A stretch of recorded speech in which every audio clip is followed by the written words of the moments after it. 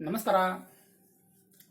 ಕರ್ನಾಟಕ ಚಲನಚಿತ್ರ ವಾಣಿಜ್ಯ ಮಂಡಳಿಯ ಚುನಾವಣೆ ದಿನಗಳೆದಂತೆ ಕಾವು ಏರ್ತಾ ಇದೆ ಅಂತಾನೆ ಹೇಳ್ಬೋದು. ಹಲವು ಗೊಂದಲಗಳ ನಂತರ ಉಚ್ಚ ನ್ಯಾಯಾಲಯದ ಆದೇಶದಂತೆ ನಿಗದಿತ ದಿನದಂದು ಅಂದರೆ 31 ಜನವರಿ 2026ರಂದು ಚುನಾವಣೆ ನಡೆಯುವುದು ಖಚಿತವಾಗಿದೆ. ಯಾಕಂತೇಳಿದ್ರೆ ನಿನ್ನೆಯವರೆಗೂ ಸ್ವಲ್ಪ ಗೊಂದಲ ಇತ್ತು, ಮತ್ತೆ ಏನಾದರೂ ನ್ಯಾಯಾಲಯದಿಂದ ಏನಾದರೂ ಬೇರೆ ಥರ ತೀರ್ಪು ಬರ್ಬೋದೇನೋ ಅಂತ.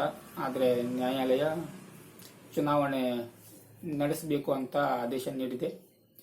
ಆ ಕಾರಣದಿಂದಾಗಿ ಚುನಾವಣಾ ಕಣದಲ್ಲಿರುವಂಥ ಎಲ್ಲ ಅಭ್ಯರ್ಥಿಗಳು ನಿರಳರಾಗಿದ್ದಾರೆ. ಯಾಕಂತೇಳಿದ್ರೆ ಸುಮಾರು ಒಂದು ತಿಂಗಳಿಂದ ಅವರೆಲ್ಲರೂ ತಮ್ಮದೇ ಆದ ಶೈಲಿನಲ್ಲಿ ಪ್ರಚಾರ ಮಾಡ್ತಾ ಇದ್ರು. ಪ್ರತಿದಿನ ಬೆಳಗ್ಗಿಂದ ರಾತ್ರಿ 12-1 ಗಂಟೆವರೆಗೂ ವಾಟ್ಸಪ್ ಗ್ರೂಪ್ಗಳಲ್ಲಾಗಿರ್ಬೋದು, ಸಾಮಾಜಿಕ ಜಾಲತಾಣಗಳಾಗಿರ್ಬೋದು, ಮತದಾರ ಸದಸ್ಯರಿಗೆ ಕರೆ ಮಾಡೋದಾಗಿರ್ಬೋದು, ಸಂದೇಶ ಕಳಿಸೋದಾಗಿರ್ಬೋದು, ಹೀಗೆ ದಿನದ 24 ಗಂಟೆ ಕೂಡ ಬ್ಯುಸಿಯಾಗಿದ್ರು ಅಂತಾನೆ ಹೇಳ್ಬೋದು ಚುನಾವಣಾ ಪ್ರಚಾರ ಕಾರ್ಯದಲ್ಲಿ. ಈ ಮಧ್ಯೆ ನ್ಯಾಯಾಲಯದ ಬಾಗಿಲು ತಟ್ಟಿದ ಕೆಲವು ಉದಾಹರಣೆಗಳು ಕೂಡ ಇದ್ದವು. ಎಲ್ಲವೂ ಕ್ಲಿಯರ್ ಆಗಿ ಈಗ ಚುನಾವಣೆ ನಿಗದಿತ ದಿನದಂದು ನಡೆಯುವಂಥದ್ದು ಖಚಿತವಾಗಿದೆ.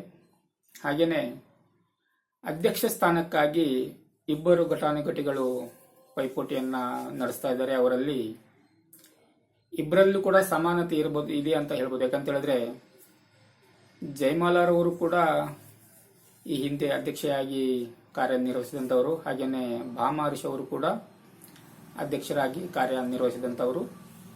ಇಬ್ಬರ ಮಧ್ಯೆ ಒಂದು ಪೈಪೋಟಿ ನಡೀತಾ ಇದೆ ಅಂತಾನೆ ಹೇಳ್ಬೋದು. ಏನೇ ಆಗಲಿ, ಈ ಸಾಲಿ ಚುನಾವಣೆಯಲ್ಲಿ ಹಲವು ಯುವ ಪ್ರತಿಭಾವಂತರು ತಮ್ಮ ಉಮೇದುವಾರಿಕೆಯನ್ನ ಸಲ್ಲಿಸಿ ತಮಗೆ ಒಂದು ಅವಕಾಶ ನೀಡಿ ವಾಣಿಜ್ಯ ಮಂಡಳಿ ಕನ್ನಡ ಚಿತ್ರೋದ್ಯಮಕ್ಕೆ ಕೆಲಸ ಮಾಡೋದಕ್ಕೆ ಅಂತ ಹಲವು ಯುವ ಉತ್ಸಾಹಿಗಳು ತಮ್ಮ ಉಮೇದುವಾರಿಕೆಯನ್ನು ಸಲ್ಲಿಸಿ ಪ್ರಚಾರವನ್ನ ಮಾಡ್ತಾ ಇದ್ದಾರೆ. ಇದು ನಿಜವಾಗ್ಲೂ ಒಂದು ಖುಷಿ ಪಡುವಂತ ವಿಚಾರ. ಯಾಕಂತ ಹೇಳಿದ್ರೆ ಚುನಾವಣೆ ವಿಷಯದಲ್ಲಿ ಹೆಚ್ಚಿನ ಒಂದು ಆಸಕ್ತಿಯನ್ನು ತೋರಿಸ್ತಾ ಇರೋದು ಖುಷಿ ಪಡುವಂತ ವಿಚಾರ ಅಂತ ಹೇಳ್ಬೋದು. ಅದೇ ರೀತಿ ಅವರು ಗೆದ್ದು ಚಿತ್ರರಂಗಕ್ಕೆ ಉತ್ತಮ ಕೆಲಸ ಕಾರ್ಯಗಳನ್ನ ಮಾಡಲಿ ಅನ್ನೋದು ನಮ್ಮ ಒಂದು ಆಶಯ.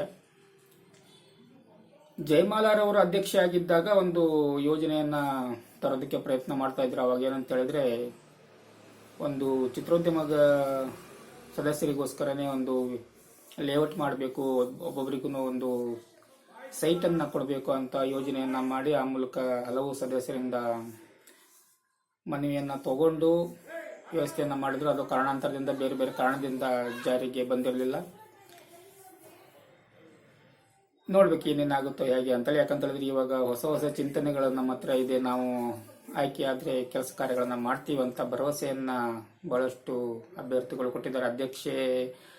ಅಧ್ಯಕ್ಷ ಹೀಗೆ ಸ್ಪರ್ಧೆ ಮಾಡಿದಂಥವರಾಗಿರ್ಬೋದು, ಅಥವಾ ಆಡಳಿತ ಮಂಡಳಿಯಲ್ಲಿ ಧ್ಯೇಯವನ್ನ ಬಯಸಿ ಸ್ಪರ್ಧೆ ಮಾಡಿರುವಂತರಾಗಿರ್ಬೋದು, ಅಥವಾ ಕಾರ್ಯಕಾರಿ ಸಮಿತಿನಲ್ಲಿ ಸ್ಪರ್ಧೆ ಬಯಸಿ ಅಲ್ಲಿ ಹೋರಾಟವನ್ನ ಮಾಡ್ತಾ ಇದ್ದಂತರಾಗಿರ್ಬೋದು. ಪ್ರತಿಯೊಬ್ಬರು ಕೂಡ ತಮ್ಮದೇ ಆದ ರೀತಿಯಲ್ಲಿ ಭರವಸೆಗಳನ್ನ ನೀಡಿದ್ದಾರೆ. ನಾನು ಚಿತ್ರರಂಗಕ್ಕೋಸ್ಕರ ಕೆಲಸ ಕಾರ್ಯಗಳನ್ನ ಮಾಡ್ತೀನಿ ಅಂತೇಳಿ.